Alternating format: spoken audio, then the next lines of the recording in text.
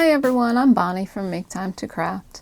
Today I'm going to show you a couple of ways to create beautiful flowers with the Black-Eyed Susan die from Cheery Lynn Designs.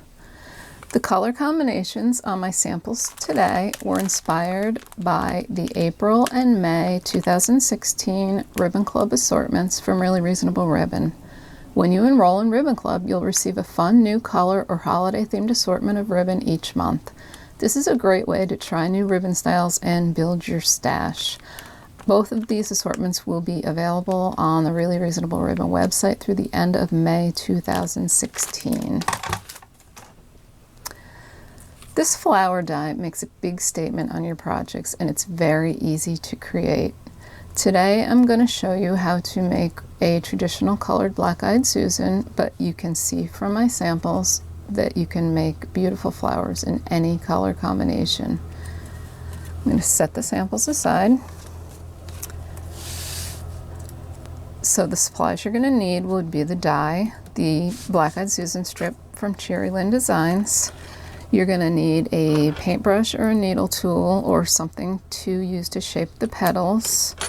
Another really great tool to have is the little quilling tool with the needle with a little slit in it, which we're going to use to make the center of the flower.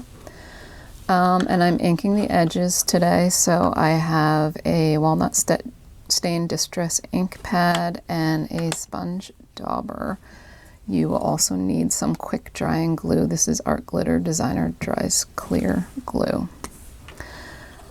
So for the flower today, I've inked the edges of the petals, and I just use my sponge for that, and I just quickly ink around the edges of all the petals and all the layers. So I've done most of that ahead of time because it's not fun to watch. So we'll set that aside. And to shape the petals, really just use whatever you have. This is like my favorite paintbrush to work the petals with, so that's the one I go to every time. And you're just gonna quickly shape the petals into an upward curve for this variation of the flower. So this is just a tiny square of non-stick sheet so I don't get glue all over my workspace. And I'm going to work with 2 petals at a time, adding some glue to the center. And I want to assemble each of these with the petals offset.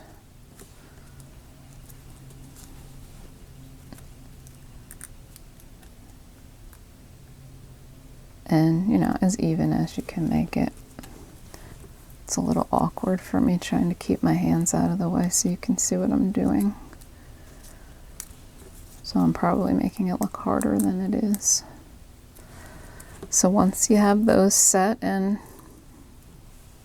pretty well dry, we're going to add glue to the center of one more, and now I'm going to stack these 2 pieces together. And I also want to offset the petals again. I don't want any of the petals directly on top of the petals on a different layer. They don't have to be perfect. Flowers are not perfect, but you don't want them stacked up on top of each other. It gives it more fullness if they're offset. So that looks pretty good. So we're going to set this aside. And now we're going to do the center of the flower. I start with the right side facing up, and while it's kind of hard to tell that, you can somehow the edges, you can tell the difference when you really look at it. They're smoother on the good side than they are on the back side. So if you have a quilling tool, you're going to slide the paper in to the quilling tool, and you're going to start wrapping, and you're going to go just a little ways before you add glue, because you don't want to glue your quilling tool to the paper. If you don't have a quilling tool, you can just use a needle tool. It's easier with the quilling tool because the little slot in the center holds it and you don't have to worry about it unraveling.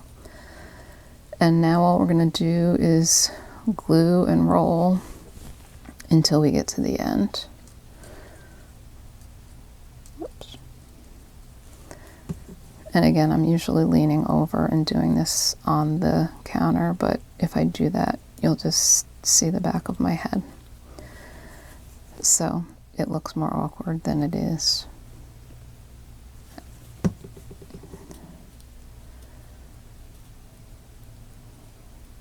And, you know, just try to keep it lined up as well as you can. And I'll just go all the way to the end. And roll. And you just want to hold it for a minute until you're sure the glue has dried. If you have a good quick drying glue, it doesn't take that long. And then just work your quilling tool out. And then you're just going to fan, you're going to start working the pieces. You're going to start fanning them out until you get the little dome-shaped center for the flower. And it takes a little time to work around and fan it out.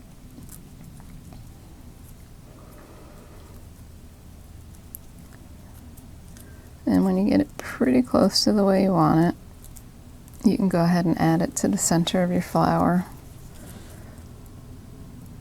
because you can work on it a little more once it's inserted in the flower and dried in there.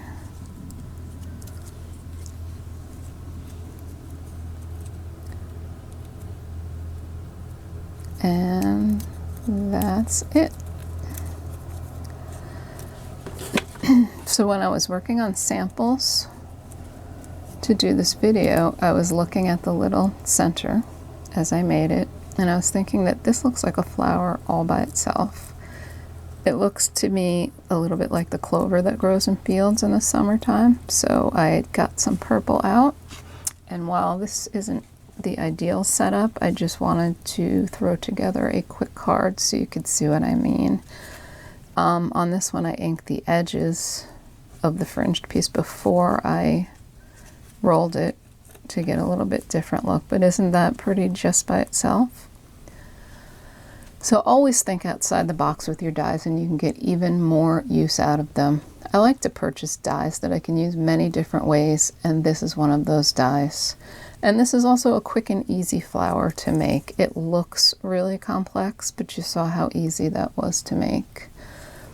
So today's samples are just a small percentage of the different things that you can do with these dies. Use your imagination. You can shape the petals differently. You can add different numbers of layers, different colors.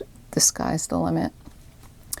Thanks so much for joining me and learning how to create beautiful flowers with the Black-Eyed Susan strip from Cheery Lynn Designs.